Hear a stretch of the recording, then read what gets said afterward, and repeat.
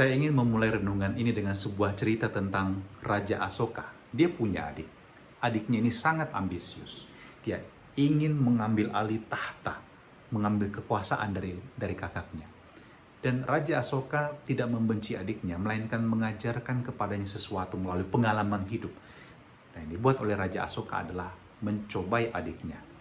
Pada suatu ketika dia meletakkan mahkotanya dan pakaian kebesarannya di sebuah tempat dekat Raja Mandi. Dan ketika adiknya lewat, para pendampingnya mulai menggoda dia, mengatakan, cobalah itu, kamu akan tampak seperti seorang raja. Dan adik dari Kaisar Asoka tergoda, dia pakai semuanya. Dan waktu itu Raja Asoka muncul dan kemudian mengatakan, kau ingin mengkudeta saya? Kau ingin menggantikan saya? Hukumannya hanya satu, hukuman mati. Tetapi saya berikan kepadamu waktu 1 minggu. Nikmati semuanya. Nikmati mahkota itu. Nikmati tahta singgasanaku. Nikmati bahkan istri dan selir-selirku. Makanan yang enak-enak. Naikilah kuda tunggangan, kereta kerajaan. Semuanya kau boleh nikmati. Dan setelah 1 minggu, kamu akan dihukum mati. Dan setelah 1 minggu, Raja Asoka memanggil adiknya dan mengatakan, bagaimana? Kau sudah nikmati semua? Kata adiknya, saya bahkan tidak bisa tidur semalam pun, apalagi mau menikmati itu semua, karena saya tahu saya akan mati. Dan kemudian Kaisar Asoka mengajarkan kepada adiknya mengenai kebijaksanaan hidup. Dan hanya dengan demikian hidup adiknya berubah. Anda tahu, Allah juga menghendaki perubahan dalam hidup kita. Kadang-kadang kita begitu buta dengan segala sesuatu.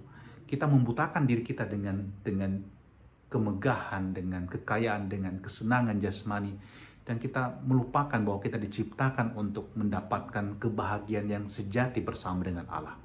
Dan memang demikianlah sejak penciptaan, yang menjadi halangan terbesar Allah untuk merangkul manusia adalah kehendak bebas manusia yang memilih jalannya sendiri, mencari kebahagiaannya sendiri dan melupakan Tuhan. Bahkan Putra Allah pun disalibkan karena apa? Karena dosa manusia. Dan dalam Injil hari ini Yesus katakan jalan menuju pada hidup yang bahagia tersebut adalah dengan menerima Roh Kudus. Roh Kudus yang diberikan oleh Allah untuk menuntun kita mengenal firman-Nya, mengetahui kebenaran yang sejati dalam hidup ini, dan hidup di dalam kebajikan. Dan kalau orang menolak Roh Kudus, maka dia tidak punya penuntun. Dia tidak membiarkan dibimbing oleh Allah sendiri, dan ujung-ujungnya adalah kebinasaan. Anda pasti tidak mau binasa, bukan? Maka jangan pernah menolak Roh Kudus dalam hidup Anda.